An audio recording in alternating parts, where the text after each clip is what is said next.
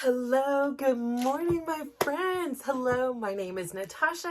I am the creator and the founder of the Glow Up Method, and I'm so excited to be here with you today. I just have to say, so I did my launch on Monday. So Monday, Tuesday, Wednesday, Thursday. I just posted my fifth video this morning.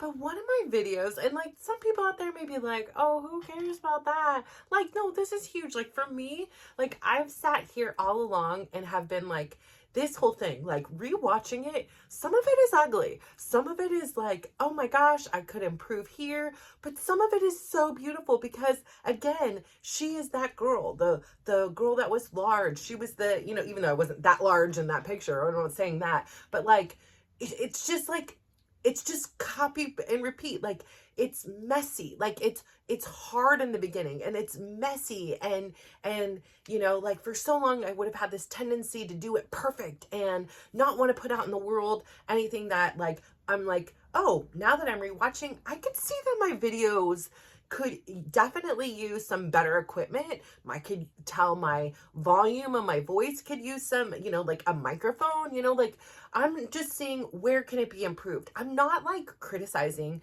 and I'm really listening. Sometimes I start in the middle of a story. Sometimes I never complete a story. Like, there's so many things that I'm like, wow, like, I'm actually so proud of what I did. And I'm even more proud for the person today that's having the courage to put something out there that's less than perfect, knowing I'm 8 months into this journey. So what I've put out in this world was made 8 months ago, just like on a shoestring and a whim, and I didn't know what I was doing.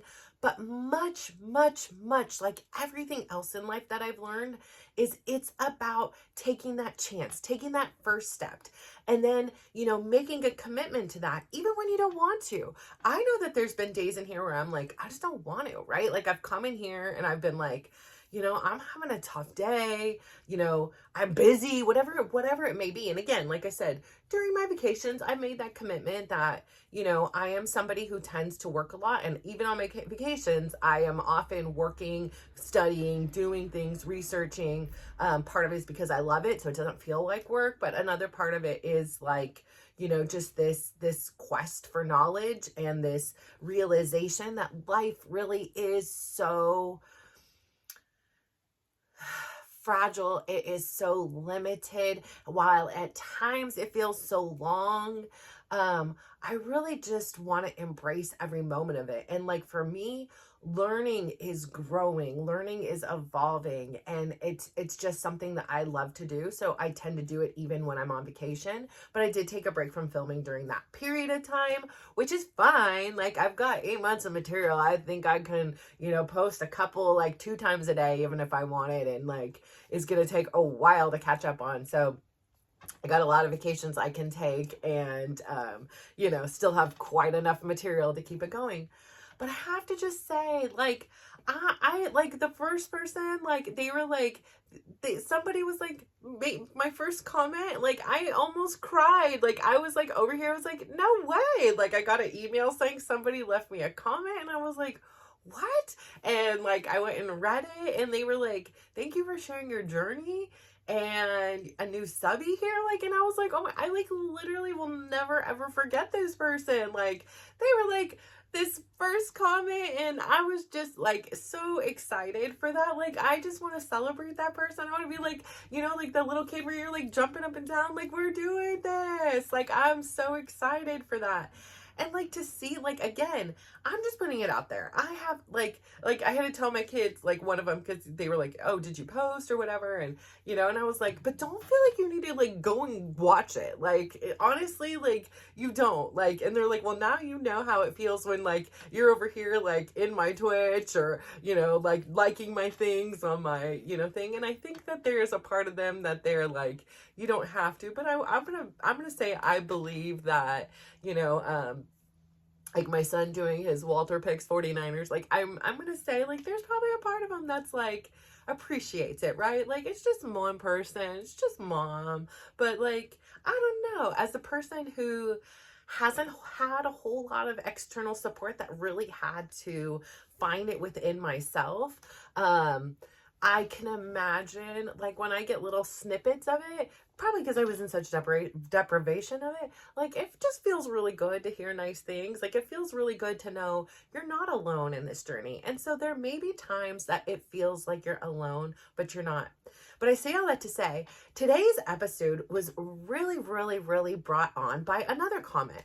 And again, I was so excited. I got an email and I was like, oh my gosh, I have a second comment, and I'm thinking it's going to be like a bot or like, somebody like get a better filming equipment, like whatever that, like I'm just like prepared, mentally, because I do better when I'm like prepared and not scared. Like I don't want to freak out and be like, ah, and believe everything somebody else says. So if I talk it through myself, then I'm like, it's okay. Like whatever happens, it's okay. So anyways, I'm not a negative person, but I was prepared for whatever was going to come at me. And this person had a great idea. And their idea was like, would you ever consider doing a video like what you eat in a day or what you eat in a week? And I was like, sure, like I haven't responded yet, but like, because again, the previous version of me was like, somebody answered, I need to immediately respond, these things. And I will respond, but I also need to honor myself. And instead of just being like, yes, let me do whatever anybody else wants, I need to do some reflection and see, does that match up with what works for me? Here in this regard, a day in the life of my diet or a day, a week of my diet, I have no problem sharing this. Like, because again, I feel like there's this myth, and I'm so guilty of having believed it before I lived it. Like, I really, really believed the way we looked physically relied solely upon calories in, calories out, how and when we move our body, if we move our body, plus our DNA kind of genetic factors, right? So that was my belief. And coming from a long line of people who nearly every single firstborn in my family, besides like my son, who again was born early and had his own medical things, but and then actually kind of like that second generation, like my brother's always very thin, but like his oldest child's very thin, and I'm trying to think like other people, but yeah, let's just go from like my crew, my generation and up. But the firstborns were all very overweight. My uncle was like almost 400 pounds at times in his life. Again, he was a huge contributor to the evolution of my thought process of really, really, really recapturing my health. I mean, he had been 400 pounds for most of his life, or very large, extremely large. He was like 6'4", just a big guy. And when he was younger, he was able to get away with that, right? Like, and I'm talking 30s to 40s. However, right before his 50th birthday, he had made this whole wellness adaptation of his life, started integrating walking and things like that. And he did well for so long. And then suddenly it kind of fell off again.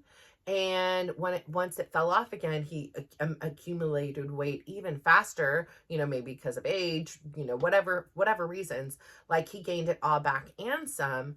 And as a result of that, it led to congestive heart failure, which led to strokes, which led to heart attacks, which led to, immobility in part of his body. So I was really in a front row seat of just how the choices of today do impact us tomorrow. And we can make great choices, and we can make okay choices, and we can make poor choices, but know that a lot of times those are going to have some impact down the line. It's not just us in the present day, and it's going forward that decision kind of carries with us. So I thought that I was thinking about this question again. Like I said, I really am in a place now where, I like to make my decisions based on what feels right with me, what aligns with me. Is this where I want the channel to go? Is this what I want to do? Which again made me start really thinking about how any type of, weight loss or, like lifestyle change that involves our physical appearance, we rely and believe And I did the same thing too, that it was solely, like I said, the calories in and calories out, how and when we move our body, and on top of our genetic factors. So, like I said, in all actuality, I've always been on the higher side. Like I've always been on the bigger side. You know, when I was in high school, I was teased for being, you know, and we ate well. Like my dad only had boiled chicken and broccoli, and you know, like we didn't have junk food in our house. You know, on a rare occasion, if my grandma came over, she'd sneak over some cookies, or if I'd go over, I'd have a little bowl of M&Ms, or if I was trying to sneak more chocolate, I ate stinking X-Lax thinking it was chocolate. Never, ever, ever, ever, ever do that again. Like ever, like, I mean, it didn't even taste good, but I was so deprived and desperate for chocolate. I was over there scounging, and I was like, okay, one little piece. Oh, wait, another little piece. Because my grandma told me it was chocolate to get me to eat it, but it was a very special chocolate, so I could only eat a little piece. Because she was like big on cleaning out your stomach and whatever that meant. But she had ulcers and a lot of stomach problems herself. And so I can see where she had this, like, you know, fixation on this. But yeah, so ate an entire box of X-Lax. Let me just tell you, those next 2 weeks were quite painful, and everything got cleaned out. Don't worry about that, Grandma. Everything was, it was a tough couple weeks there. I thought, like, there was just, yeah, it was tough. Very rough, very rough, very rough. But anyways, don't recommend that ever at all. No, thank you. But I really had like a diet that would have facilitated me being smaller. I walked to school. I rode my bike often. Like I was an active kid. We didn't do sports per se. Like I wasn't, you know, it wasn't even until I was a teenager in which I was able to participate in other stuff, like, or except for my aunt put me in a dance class in the summer or something like that. It was like one summer, and a taekwondo class.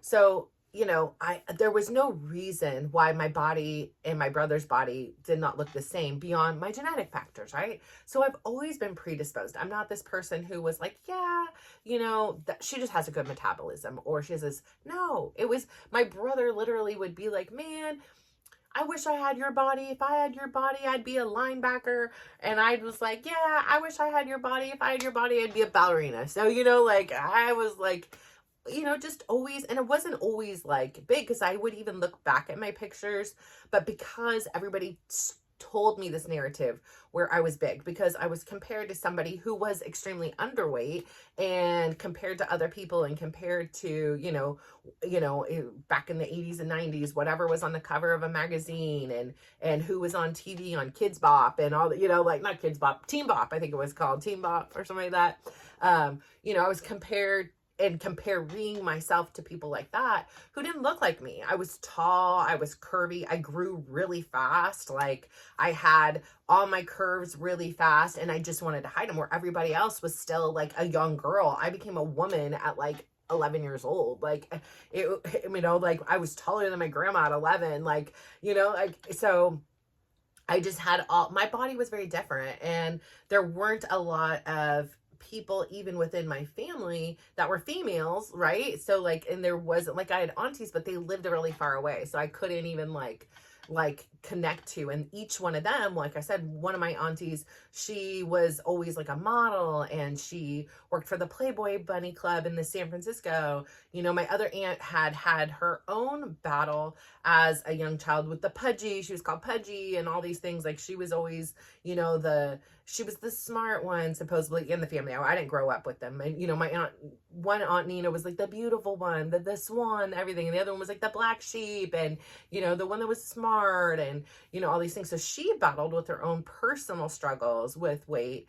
And then that perspective going into it. So when I saw the two of them, you know, as really my own role model, by then my grandma, who is just beautiful as she is, but she was, you know, a little bit fuller at that time. And, you know, so I didn't have a lot of this, like, I didn't have my mom in my life. And my mom was always, especially then, was always very slender, as was like her mom and her sister, like very slender.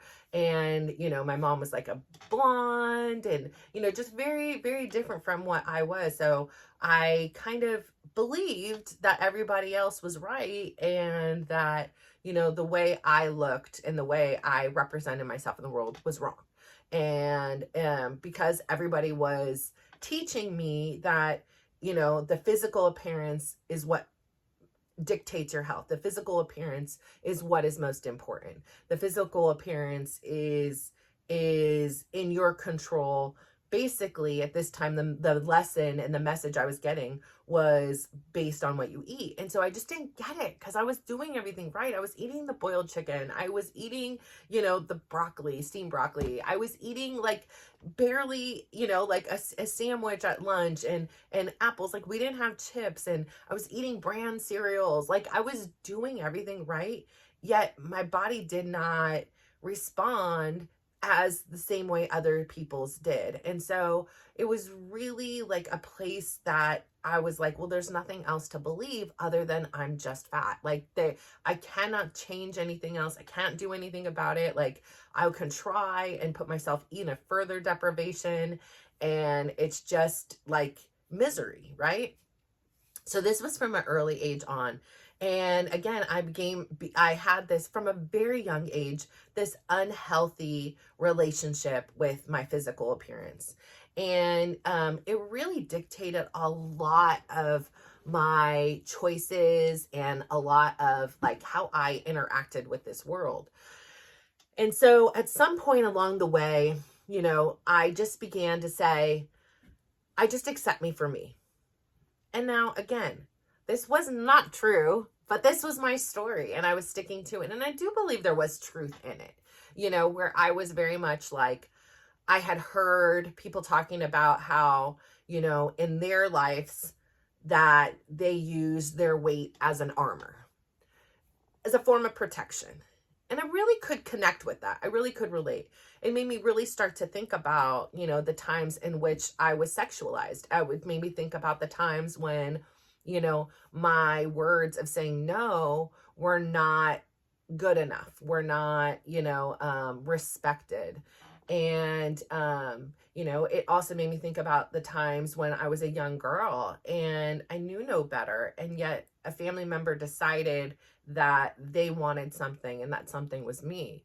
And there wasn't a whole lot of consideration about that impact on me beyond what their immediate satisfaction, gratification, whatever they got out of it was. And so, I really just felt like this body was almost like this blessing and it was a curse because, I wasn't in full control of it. Nothing I could do as far as what I could eat and how I could move. I wasn't really seeing any results. And so I just said, forget it. Like, I'm not going to care about this stuff anymore. It's just like, I am who I am. People are going to take advantage of the body when they want. At least this way, it's going to be a little bit fluffier. And if it's a little bit fluffier in my mind, because the way in which I grew up, everybody was telling me fat equaled ugly. Fat equaled undesirable. Fat equaled inferior. Fat equaled the disrespect and the laughter and the ridicule. And it was my job just to sit back and accept it because I was fat. That was just my role in life. And, some people are beautiful. Some people are intelligent. I was just fat. And so, as much as I wear my badge of honor about being a mom, the way in which my perspective of my life and how my physical appearance was subject of so many conversations at a time when I was quiet, at a time when nobody or very few people knew who I was in my heart. I was already judged based on what I looked like, and it didn't matter what was on the inside. And so I really did believe that beauty was on the outside. And this was this thing that we all covet for and want and yearn for. And so again, like I said, finally, I just kind of washed my hands of it. And I was like, this is who I am. Accept me for who I am. And I leaned into it. I leaned into it hard. Like I laughed at my own self. I, again, beat you to the punchline. I really didn't let it get to me too much what somebody else said. what did get to me was how I felt in a room.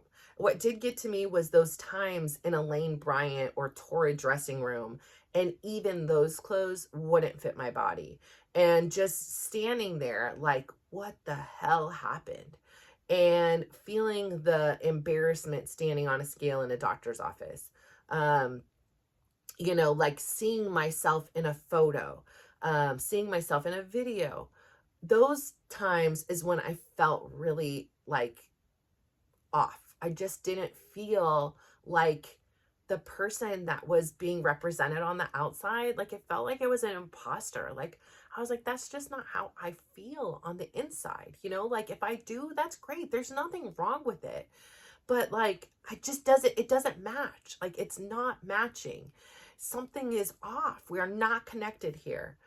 And so the comment made me think, because I think we have this misconception, right? Like the way we look in any kind of, weight loss journey. Yes, there is going to be a factor of diet and exercise, right? Like those are two key components, but they're not everything. The truth of the matter is, if I sit down and do a bio of what I eat, or a day in the life of, or a week in the life of, what you're going to see is me chowing down on chips and salsa and guacamole and quesadillas and burrito bowls with extra sour cream and extra cheese. You're going to see me eating like big portions. Like you're going to see me really, really not caring about the calories in. You're going to see me eating In-N-Out. And sometimes I get 2 double doubles. I'm hungry sometimes. Like sometimes I get one, but sometimes I'm like, I'm a 2 double double kind of day, and so you're going to see at the end of every meal, I eat a dessert. I mean, the kids are like, what's the sweet today? Like I'm not joking when I say all this. And so I think that, of course, right? Like, there isn't money in doing this free. Like, who's going to profit on this? Is it the medical company? Is it insurance companies? Is it the pharmaceutical company? Is it the doctors? Who is going to benefit? If I tell you my secret is something that everybody can do, and as the frugal person in me, I want you to know, you don't even need a coupon. It's free. The thing is what you have to understand before we can even attempt to address the physical part. And this is the key part here. And I really, really need you to listen up. This here, my journey, it is an all-encompassing lifestyle change. And to be quite honest, it begins not with the physical, but it begins with the mental. It begins with the emotional, and it begins with the spiritual. That is the juice of it. The spiritual, I'm not talking that, Joel Osteen, let's go to church kind of stuff. I'm talking about your connection with yourself, your ability to listen and hear, because this is a commitment. This is a lifestyle change. There is no end date. There's no 3 months, but there is no subscription. There is no, we need to go into the doctor's office every day, or you need to put medicine in your self, or you need to get surgery or any of that kind of stuff. Like, those are options, and they're available, readily available. We all know about them. But here's this alternative, this natural alternative that I want to say will work for everybody else, but I don't know what your factors are. I don't know what your lifestyle is, and I don't know, your medical conditions and all those things. But I want to say I'm absolutely average. I'm absolutely ordinary, and I had no advantages in this situation. None at all. I actually had a really challenging life. So in some ways, I went into this with a lot of disadvantages. And so what I really want to focus on, and what I really want to help get my point across about, is this is a holistic approach. It is a lifestyle adjustment. And with any adjustment, things don't go fast. You need to have patience. You need to have this connection to the why. Why is it do you even want to change? Like, what is it about it? For me, I've told you a couple reasons. It was a commitment to trying something different, because why? I wanted to die. Literally wanted to die. It felt like everything was so, and it's not just because of the weight. That was a piece of it. Everything felt like it was just closing in on me, and I was just not living. So I wanted to die. That was a huge thing when I'm sitting here wanting to die, but yet praying for all these people, for miracles so they can stay alive. It didn't make sense to me. Another thing was, again, I've talked about, I had this most miraculous and amazing relationship with my grandma, who I still think was my soulmate in life. Like, maybe because she was the first person to show me a different kind of kindness and never want anything from me. Like, just something magical about that woman. And I so love that there's a lady in the gym that reminds me of her, because like, I feel like I'm home whenever I see her. So thanks to her and the stars aligning, and we're together in a class a couple times a week, because it just like, I see her picture and I'm like, I swear it's my grandma. Like, she's not, and she doesn't look like her grandma, but there's just something about her that I'm like, yes. So anyways, I digress. Thinking about this world where I would miss this opportunity, potentially, again, we don't know what's going to happen in life, but this option to potentially be that grandma that I had to somebody else. Like, it was this full circle passing the baton moment that I was I was setting myself up to miss out, or setting myself up to not be able to interact in which the way I wanted to. And so that was a big factor for me. And as I was getting older, I was seeing each year the scale was increasing 10 to 15 pounds sometimes, and understanding that if I continued this trajectory, my blood pressure out of control, my cholesterol getting out of control, pre-diabetes, diabetes was on the way, the fatty liver disease, like, I was really setting myself up to put myself in a position where I could be like my uncle and have a stroke, have a heart attack. And now I can do all the things right, and still things can happen, but I can at least mitigate my risks, right? My liver. Like, I had a friend who passed away of liver cirrhosis in his early 20s. Like, a liver is important, like, I don't know what this fatty liver disease does, but I don't want it. Like, I didn't want it. I didn't ask for it. I don't want it. So again, I say this is a lifestyle change. What you're committing to is yourself.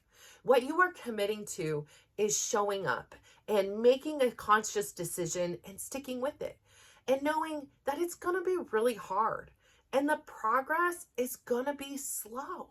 It isn't going to be an overnight quick thing. And there are going to be times where people really notice your progress, and then you're going to have to adapt to that. Because sometimes, like for me, I'd be like, oh, I'm doing good, let me just engorge now. Like, no. So really getting to get into a healthy place with that, but also to have the courage to pivot. If something that's working for somebody else that should work for you isn't working, it's time to pivot. Give it some time, right? If your lifestyle doesn't work out with being keto or no carbs or all carbs or whatever these fad diets are out there, don't integrate it into your life. It isn't necessary. Whatever works for you. Like I say, I choose my eating window based on my lifestyle. My decision to prioritize eating with my family means some sacrifices for me, because personally, like I said, I would start my window at 11, finish it at 7, and be just fine. So I don't need to know all the science about it. If you're a science geek, the science is out there. I highly recommend reading Mindy Pell's like Fast Like a Girl. I think she has a new book. I haven't read it yet. Maybe it's out or not out yet. Eat Like a Girl. I've been to a few of her free webinars. Very informative. Get a pen and paper. You can learn a lot about intermittent fasting. And again, but that's not where I started. Like, I didn't start and say, I'm going to intermittent fast. I'm going to walk this many steps. I'm going to do this and this and this. No, it was number one, I started with the decision. I started with making that choice that there has to be change. I don't know how to do it. I don't know what it's going to look like.